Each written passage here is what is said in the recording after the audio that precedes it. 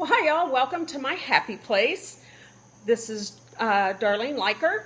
I am an entrepreneur, an artist with a cause, and I'm also an executive with Young Living Essential Oils. So today we're going to do a DIY spray deodorant. So I'm going to use this tiny little spray bottle because I want to do a sample.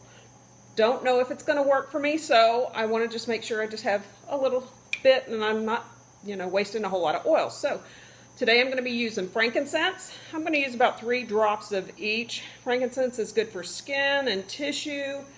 You also have lymph nodes in your armpits, so that's a good thing for there too.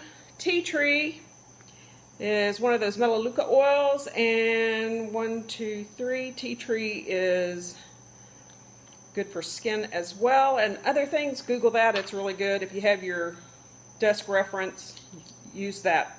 You'll understand why I'm using it. And then lavender, the Swiss Army knife of oils. 1, 2. Not only does it smell good, it has great properties for skin and other things. So Google that as well. I'm going to top it off with some witch hazel. And there you go. Put your top on and voila, you have a spray deodorant that you can use. Be sure and shake it because witch hazel mixes a little better than oil and water, but be sure always shake it up before you use it.